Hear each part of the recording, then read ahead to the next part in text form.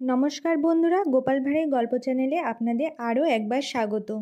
আমি প্রমীলা চলে এসেছি আজকে আপনাদের জন্য একটি নতুন গল্প নিয়ে। তাহলে চলুন দেরি না করে শুরু করি আজকের গল্প।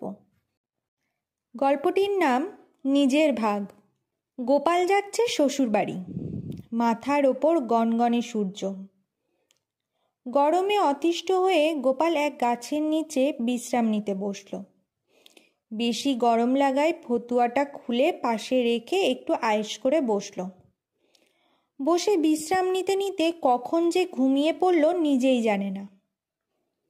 ঘুম যখন ভাঙল, গোপাল দেখে তার ফতুয়াটা চুরি হয়ে গেছে।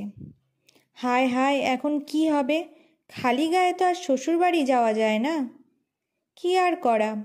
সে হাঁটতে হাঁটতে মনে মনে বলতে লাগলো, হে ভগবান, রাস্তায় অন্তত 10টি মুদ্রা যেন কুড়িয়ে পাই, তাহলে 5 মুদ্রায় আমার জন্য একটা ভালো ফতুয়া কিনতে পারি, আর তোমার জন্য 5টি মুদ্রা মন্দিরে দান করতে পারি।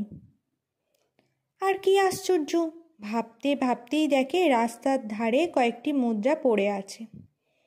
খুশি হয়ে গোপাল ওটা নিয়ে নিল। গুনে দেখে 5টি মুদ্রা। গোপাল স্বগত বলে উঠল, হে ভগবান, আমাকে তোমার বিশ্বাস হলো না? নিজের ভাগটা আগেই রেখে দিলে। তো বন্ধুরা, এই ছিল আজকে আমাদের গোপাল ভাঁড়ের গল্প নিজের ভাগ।